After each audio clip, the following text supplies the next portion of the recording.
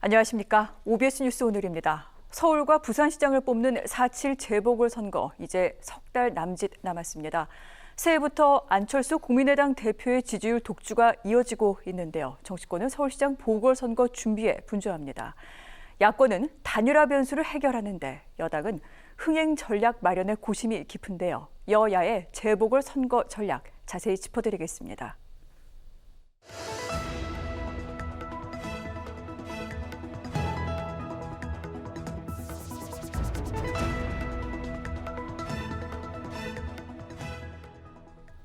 오늘 함께하실 두 분입니다. 최진봉 성공회대 교수, 장혜찬 시사평론가 나오셨습니다. 안녕하십니까? 안녕하세요. 어서 오십시오.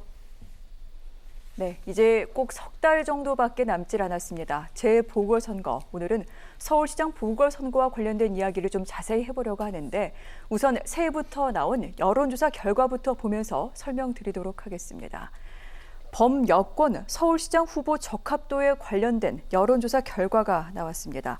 범여권에서는 더불어민주당 소속인데 아직 출마 선언은 하지 않았습니다만 박영선 중소벤처기업부 장관이 18.5%의 지지를 얻으며 1위를 기록했습니다. 이어서 박주민 의원, 우상호 의원, 그리고 열린민주당 김진애 의원이 6.1%를 기록한 중입니다. 눈여겨볼 지점 없음, 잘 모름이라고 대답한 분들이 47.3%를 차지하고 있는 중이기도 합니다. 그럼 이번에는 범야권을 보도록 할까요? 서울시장 선거 출마를 선언한 안철수 국민의당 대표가 1위입니다. 28.5%의 지지를 받고 있고요. 그 뒤를 이어서 국민의힘 소속 인사들의 이름이 지금 잇따르고 있습니다. 나경원 전 원내대표가 12.9%, 오세훈 전 서울시장 12.6%, 거의 비슷한 지지를 받고 있고요. 조은희 서초구청장 7.1%, 그리고 민주당을 탈당한 금태섭 전 의원이 4.7%의 지지를 얻고 있습니다. 여기서 다만 나경원, 오세훈 이 두 인사는 아직 출마 선언을 하지는 않은 상태이기도 합니다. 그리고 없음, 잘 모름이라고 대답한 분들은 27.7%로 집계가 됐습니다.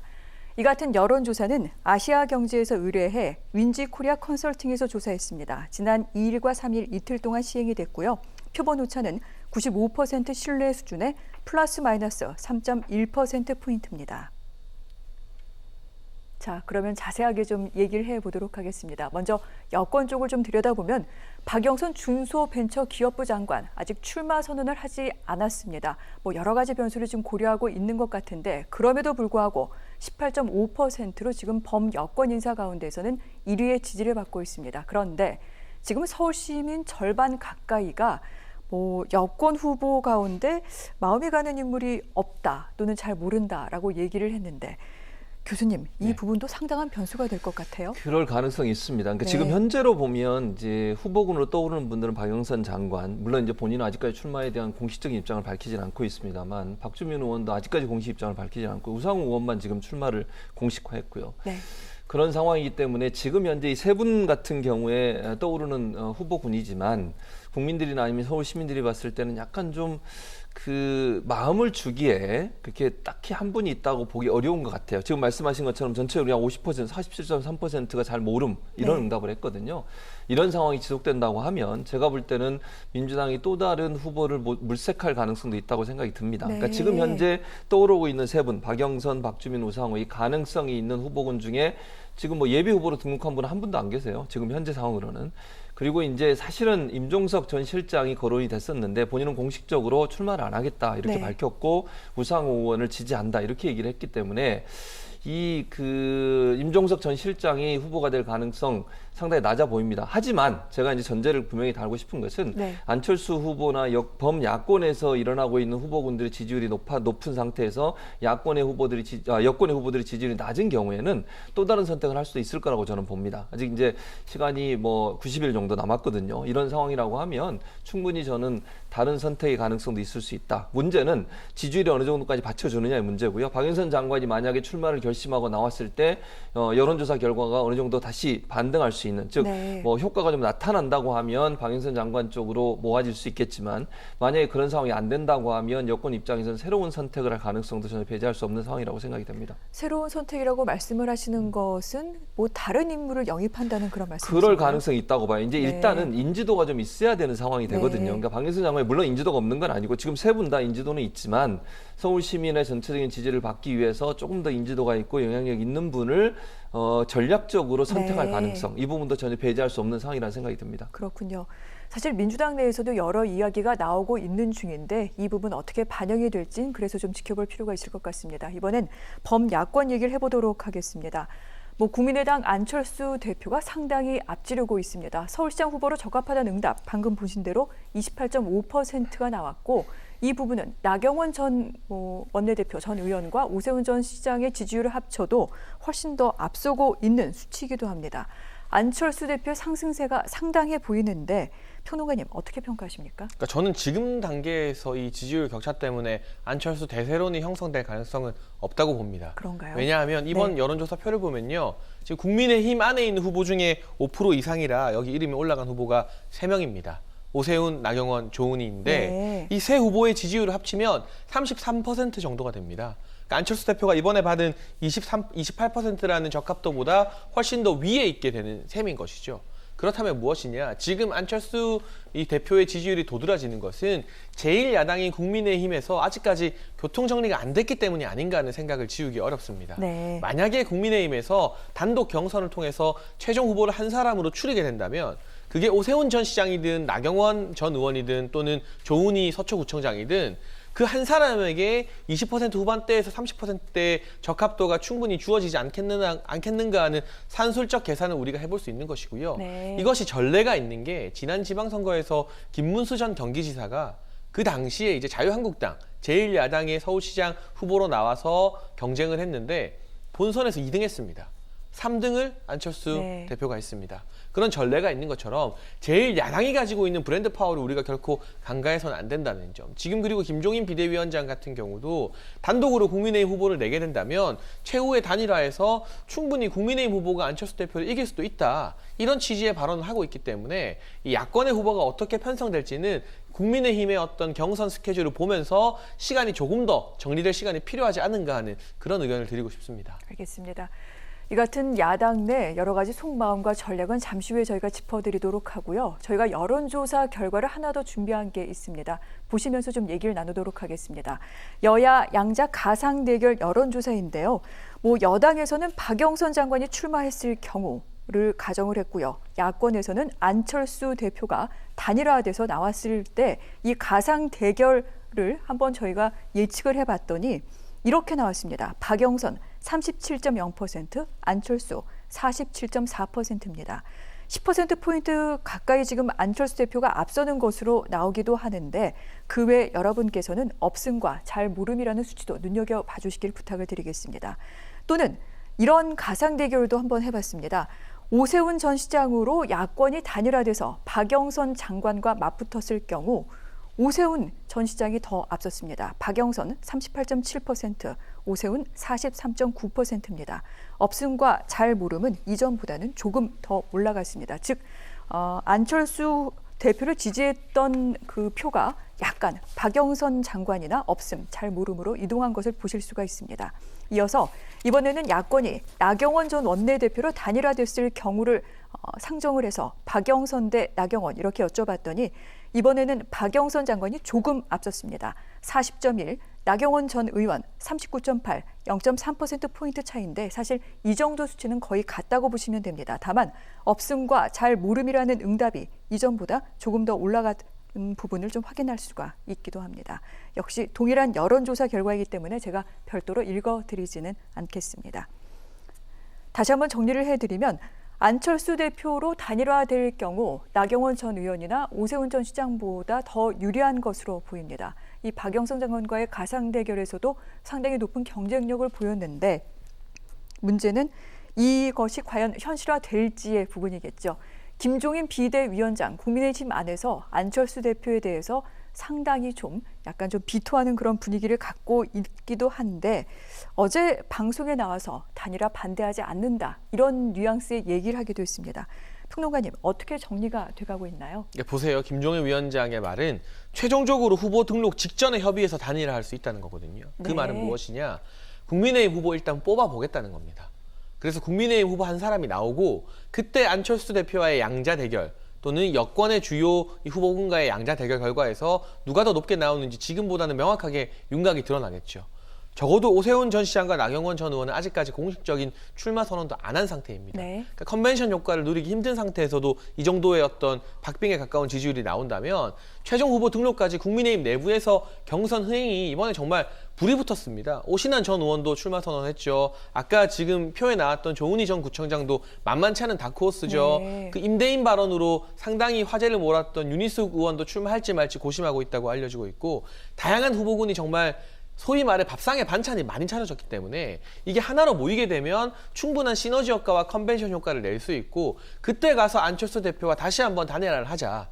단일화 자체에 대해서는 반대하는 야권 인사가 아무도 없습니다. 네. 지상 명제로 단일화를 두고 있기 때문에 다만 단일화의 시점이 너무 이른 시점에 안철수 대표에게 모든 힘을 몰아주는 것이 아니라 조금 이제 선거 열기가 고조된 이후 그 다음으로 타이밍을 지금 김종인 위원장이 재고 있는 것 같아요. 국민의힘 공관위도 아마 마찬가지 판단을 하고 있는 것 같은데 저는 지금 양자 대결 조사 결과를 보고요. 우리가 네. 뭐 안철수나 오세훈, 나경원에 주목할 게 아니라 박영선에 주목해야 된다. 이게 무슨 뜻입니까? 가장 유력한 후보로 거론되고 있는데 여권의 박영선 장관으로는 적어도 이 조사만으로 봤을 때 안철수 대표나 오세훈 전 시장에게는 밀린다는 것이거든요. 네. 이 같은 조사 결과를 보고 야권은 좀 느긋하게 어떻게 경선을 할까? 어떻게 단일화를 할까 고민할 수 있는데 여권에서는 지금 최진봉 교수님 가장 먼저 말씀해 주신 것처럼 이러다 박 장관으로 안 되는 거 아닐까? 그러면 우리가 다음 카드 많이 거론되고 있었던 정세균 총리 차출설을 비롯해서요. 다음 카드를 고민해야 되는 것은 아닐까 하는 심각한 우려를 지금 민주당에서는 할 수밖에 없는 상황이기 때문에 이 양자 대결 조사가 더욱 충격을 주는 세력은 보수 야권이라기보다는 범여권이 아닐까 싶습니다. 아, 그렇군요. 하지만 그렇기 때문에 더더욱 더 눈길이 가는 부분이 과연 야권이 단일화를 이뤄낼지 이 부분이기도 합니다. 방금 말씀드린 대로 이 국민의힘에서는 공천위 등등에서 이제 그 경선 룰을 만지는 과정에서 재선거에 출마할 후보를 이제 선출을 할 때 100% 여론조사 형식으로 그렇게 좀 선출을 하는 방식을 사실상 확정한 것으로 알려졌습니다. 즉 당원의 의견을 반영하지 않는 것은 당 외부 인사에게도 문을 열어놨다. 이런 메시지로 해석이 되는데 안철수 대표, 금태섭 전 의원 들어와라. 이런 얘기가 되겠죠. 근데 교수님, 예. 가능할까요? 흥행도 할까요? 제가 볼 때는 이제 흥행 문제는 들어온다면 흥행이 되겠죠. 근데 네. 제가 볼 때 당으로 들어올 가능성은 저는 낮다고 봐요. 그러니까 안철수 대표나 지금 금태섭 전 의원 같은 경우에 국민의힘에 입당을 해가지고 그 안에서 경선을 치를 가능성은 저는 거의 없다고 봅니다. 네. 저는 90% 이상이라고 얘기할 수 있어요. 다만 지금 장희찬 평론가 얘기했듯이 기본적으로 국민의힘 내에 있는 후보들이 경선을 해서 거기에서 후보자가 선정이 되고 그리고 나서 단일화를 위한 협상을 할 수 있다고 봐요. 그런 협상은 가능하지만 지금 당내 경선 과정에서 이 두 분이 들어와서 그 안에서 멤버가 돼서 경선의 어떤 그 경쟁자가 된다? 그럴 가능성은 저는 거의 없다고 봅니다. 왜냐하면 안철수 대표에서 늘 얘기한 부분이 있어요. 뭐냐면 국민의힘 그 타이틀을 달고 나가서 과연 승리할 수 있겠나 이런 얘기를 계속 본인이 반복을 했거든요. 금태섭 의원도 물론 지금 현재는 보수 쪽에 가깝게 행동을 하고 있지만 네. 민주당 출신이고 또 본인이 진보적 성향을 갖고 있는 것을 알려지고 있어요. 그런데 국민의힘에 입당하는 것은 전혀 다른 차원의 문제라고 볼 수 있거든요. 또 두 분을 지지하는 분들 중에 중도층에 있는 분들 중에는 국민의힘의 후보가 아니어서 지지하는 분도 있을 수 있다고 저는 봐요. 네. 기본적으로. 그런 상황이라고 하면 이분들이 국민의힘에 들어가서 입당을 한 다음에 치를 가능성은 거의 없기 때문에 시나리오대로 간다고 하면 국민의힘은 자체적으로 경선을 통해서 후보를 선정하고 나머지 이제 최종적으로 이 두 분과 어떤 단일화를 위한 협상을 해서 또 다른 방법으로 하나의 그러니까 야권 단일 후보를 만들 가능성이 있습니다. 그러나 국민의힘에 입당해서 함께 경선을 치를 가능성은 낮기 때문에 지금 상황에서 100% 국민 경선을 여론조사 국민들 여론조사를 해서 뽑는다 하더라도 국민의힘 안에서 경선하는 과정에 이 두 분은 들어오지 않을 거다. 결국은 자체적으로 국민의힘 후보를 선택하고 그 선택된 후보가 나중에 차후에 이 두 사람과 함께 단일화하는 협상은 가능할 것이다. 뭐 이렇게 보여지기 때문에 저는 네. 이제 그 과정이 얼마나 스무스하게 잘 넘어갈 수 있느냐의 문제라고 봐요. 근데 제가 볼 때는요, 이 세 사람이 만약에 국민의힘이 자체적으로 어떤 후보를 뽑았고 나중에 단일화 협상 과정에 있었는 이제 협상 룰을 만드는데 상당히 갈등이 있을 겁니다. 네. 어느 정도 그게 일치되느냐가 결국은 이게 흥행으로 갈 거냐, 아니면 또 다른 갈등 양상으로 불거져서 각각 후보로 나올 것이냐, 그런 표가 분산될 수 있거든요. 그건 국민의힘한테 절대로 도움이 안 되는 상황입니다. 이런 여러 가지 조합이 앞으로 있어질 일이기 때문에 지금 단정적으로 얘기할 수 없고요. 그 과정에서 어떤 일들이 일어나느냐에 따라서 얼마든지 변화, 추세는 있을 수 있다, 이렇게 보여집니다. 그렇군요. 결국에 가서는 국민의힘 후보와 뭐 안철수 대표로 표방이 되는 당외 인사 간의 어떤 그 단일화, 그런 변수를 정리하는 쪽으로 그렇게 진행이 되지 않겠느냐. 다만 그 과정과 협상이 얼마나 매끄럽게 되어 가는지가 국민들의 시선이 모일 지점이다. 이렇게 정리를 해주신 것 같습니다. 아무래도 좀 시간이 걸릴 것 같은데 여권은 그렇다면 어떻게 이를 바라보고 있을까요? 사실 여러 가지 상황상 지금 여권한테는 정말 그렇게 유리하지만은 않은 상황이고 단일화까지 성공한다면 그 위기감은 상당할 것 같습니다. 그렇기 때문에 외부 인사를 영입하는 부분까지 고려되고 있다 이렇게 말씀을 하셨는데 어떤 전략을 짜야 될까요? 그러니까 지금 말씀하신 것처럼 이제 모든 가능성을 열어놓고 계획을 세워야 한다고 저는 봅니다. 그냥 단순히 지금 현재 거론되고 있는 박영선 장관, 박주민, 그다음에 우상호 의원 세 분만 가지고 지금 전략을 짜서는 다음에 일어날 여러 가지 일들에 대한 대응이 안 된다고 저는 보거든요. 그래서 시나리오별로 각각 다른 시나리오들을 다 준비해야 한다고 저는 생각을 해요. 뭐 장희찬 위원장도 얘기하고 저도 얘기했지만 기본적으로 제3의 후보를 물색할 상황이 될 수도 있다고 저는 봅니다. 네. 그래서 단일화되는 경우를 상정하고 준비를 해야 돼요. 그게 될 가능성이 전혀 없는 건 아니잖아요. 물론 저는 단일화될 가능성이 그렇게 여러 가지 한 반반 정도 된다고 봐요. 왜냐하면 아까 말씀드린 것처럼 최종적으로 단일화 협상 과정에서 깨질 가능성도 충분히 있거든요. 그러면 각각 후보가 나오게 돼요. 네. 그랬을 경우에는 물론 여당이 유리하게 되겠죠. 선거 구도 자체가. 그러나 단일화될 수 있다는 가정도 우리는 하고서 준비하죠. 그렇게 될 가능성이 전혀 없는 건 아니지 않습니까? 그래서 제가 볼 때는 여권 입장에서는 여러 가지 시나리오를 상정해 놓고 준비를 한다고 보여지고요. 만약 박영선 장관이 출마를 결심하고 발표한 이후에 차후에 여론조사 결과에서도 유의미한 어떤 반등이 없을 경우, 그럴 경우에는 제3의 선택을 할 가능성이 있다. 그래서 차출론이 일어날 가능성이 있다고 저는 봐요. 그러니까 인지도 면이나 아니면 야권 단일화가 일어났을 경우에도 대응해서 이길 수 있는 그 정도의 인지도나 아니면 지명도를 갖고 있는 분을 차출해서 그분이 출마하는 방향으로 선회할 가능성도 충분히 있다고 보여지기 때문에 저는 이제 여권과 야권이 아직은 유동성이 너무너무 많아요. 네. 변동할 사항이 너무 많기 때문에 지금 하나의 어떤 그 시나리오만 가지고 접근했다가는 성공할 가능성이 낮습니다. 그래서 여러 가지 시나리오들 함께 준비하는 과정에 제3 후보 차출론도 거론될 수 있다 이렇게 보여집니다. 그렇군요. 박영선 장관의 출마는 아마 이 조만간 있지 않을까 싶은 그 어떤 그 내각의 3차 개각과 또 맞닿아 있는 부분이기도 합니다. 이 부분을 지켜보면서 그 이후에도 지지율이 그렇게 상승하지 않을 경우 결국은 외부 인사 영입까지 고려할 수밖에 없는 상황이 전개될 수 있다. 이 부분까지 짚어드렸고요. 이건 또 어떤지 궁금합니다. 만약에 야권이 단일화에 성공할 경우 여권 승산을 높이기 위해서 범여권 단일화를 또한 좀 추구해야 될 필요가 있는데 예를 들어 민주당과 정의당이 한 후보로 수렴하는 그런 예측 등등입니다. 하지만 이 부분 예전보다도 가능성이 더 적어졌다 이런 얘기 나오는데 평론가님 어떻게 예상하십니까? 그러니까 왜냐하면 지금 민주당과 정의당의 관계가 예전만 못하기 때문입니다. 20대 국회 마지막에 패스트트랙 전국에서 정의당이 민주당을 적극 지지하고 또 조국 전 장관 논란 때 소위 민주당을 조금 강하게 비판하지 않았던 이유는 선거법을 위한 연대 때문이었습니다. 하지만 결과적으로 이 선거연대가 깨지게 되었고요. 네. 21대 들어서는 정의당의 리더십이 많이 바뀌었죠. 사실상 심상정 전 대표 체제와는 다르게 선명한 진보성을 부각시키는 쪽으로 당의 노선을 재정립하고 있고 장혜원 의원이나 류호정 의원 같은 초선의 젊은 의원들이 이 민주당의 어떤 이중적인 행태를 대놓고 비판하고 있는 그런 모습을 우리가 심심치 않게 볼 수 있습니다. 그렇기 때문에 이번 서울시장 선거에서 정의당과 민주당의 후보 단일화 저는 기대하기 어렵다고 보여지고요. 네. 정의당도 나름 독자 후보를 내서 존재감을 보이는 것이 다음 총선에서 어떻게 보면 민주당과 반드시 또 이 선거를 통한 협상을 하긴 해야 될 텐데 그때 몸값을 올릴 수 있는 길이기 때문에 저는 서울시장 후보 내서 완주할 거라고 봅니다. 다만 이 더불어민주당과 열린민주당의 후보 단일화는 충분히 우리가 예상해 볼 수 있겠죠. 아마 김진애 후보가 지금 열린민주당에서 나왔는데 네. 후보 등록 이전에 단일화 협상을 하게 될 거라고 거라고 예상이 되고요. 왜냐하면 후보 등록하게 되면 국회의원직에서 또 사퇴해야 되는 경우의 수가 생기기 때문에 그 이전에 이 열린민주당과 더불어민주당의 단일화는 가능하되 정의당과 단일화를 못하는 게 하나의 변수가 될 수 있겠다. 그리고 지금 나오는 메시지를 보면 네. 안철수 대표가 이전에 정치 경력에서 단일화 과정에서 상당한 진통을 겪어왔던 적이 많긴 합니다만 이번에는 본인이 무슨 일이 있어도 반드시 단일화하겠다고 밝혔어요. 못을 박았고 설령 본인이 경선에서 저도 남은 후보의 서울시장 당선을 위해서 최선을 다하겠다는 수준의 메시지까지 냈기 때문에 네. 진통은 있겠지만 범야권의 단일화는 야권 내부에서 이건 무조건 해야 된다는 쪽으로 결기가 모아졌다면 범여권 내부에서는 민주당이 과연 정의당 설득하기 위해서 얼마나 양보하겠는가 그런 기미가 거의 안 보이기 때문에 정의당이 가져갈 만한 지금 정당 지지율로 예상해 보면 그래도 5% 내외의 득표를 하지 않을까 예상이 네. 되거든요. 그 5%면 당락이 바뀌는 수치가 될 수 있습니다. 그 부분이 아주 중요한 변수로 작용할 것 같습니다. 그렇군요.